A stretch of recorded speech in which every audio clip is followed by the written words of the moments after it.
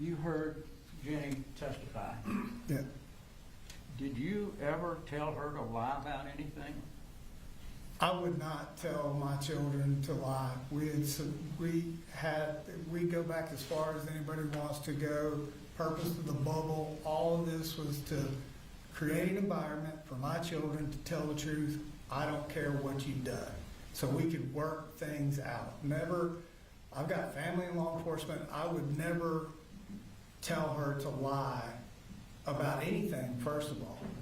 But something serious like this, at this point, I still want to know what the hell happened.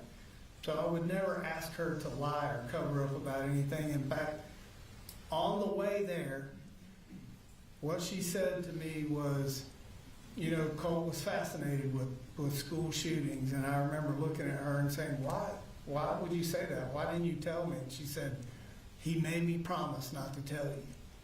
And I said, Jenny, I needed to know things like that. And she said, well, I'm scared.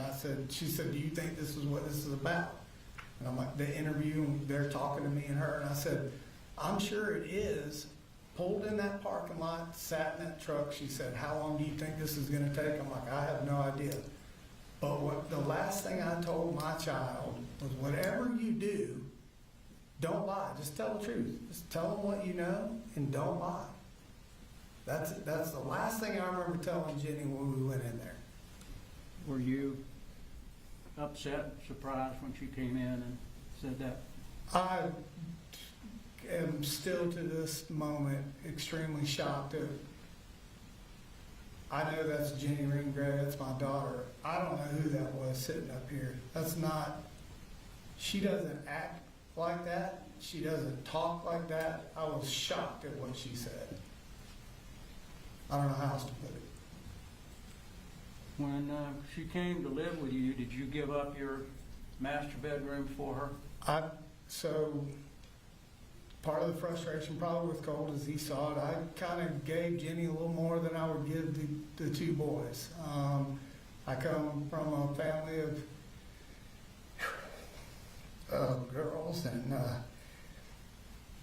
you know, Jenny was kind of special to me, and so I wanted her to feel that I loved her and she was safe there and didn't have to deal with anything. So I said, you live with 3 boys now, so I'm going to give you the master bedroom, the master bath, so you have privacy. I had heard and listened and been around sisters my whole life, so I know she was reaching that age, and I wanted her to have that privacy, to not have to deal with Colt and all of us. So I made sure she had her own space in there to do whatever she needed to do. So yes, I did. And did you and Jenny ever argue? Did y'all have any problems? No, Jenny and I, was kind of a shocking thing to hear her talk about.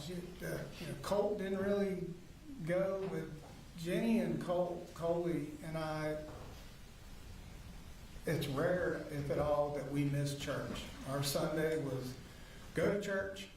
She's a big reader. I would take them to Barnes & Noble right across from Athens Church, spend money on books for her, spend the day there.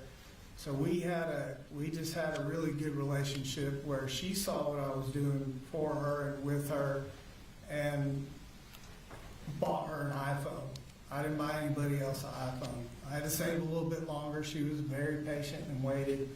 But I just tried to do extra things. So Jenny and I really never had a riff, you know, and I could talk to her about things and she could talk to me about things. Jenny was wise beyond her years. You know, she's very calm and perceptive and understood a lot more than people give her credit for. She's a smart kid too. So in my mind, we had a great relationship.